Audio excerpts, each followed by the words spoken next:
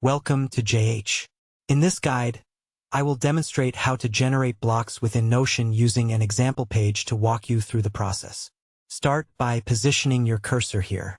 You will notice an icon appear, which indicates that a new block is being initiated.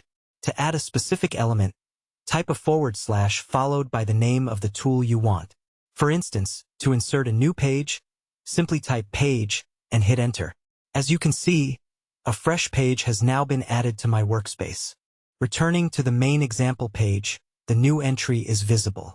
You can also create different types of blocks, such as headings. Simply choose between heading levels 1, 2, or 3 depending on your layout needs. Essentially, the process for creating blocks involves pressing enter and then using the / command to find your desired element. Alternatively, you can click the plus icon to add a block below and select from options like bulleted lists, table views, AI tools, or standard text. Choose whichever option fits your project. Thanks for watching. If this tutorial helped you, please consider liking the video and subscribing. I will see you in the next one.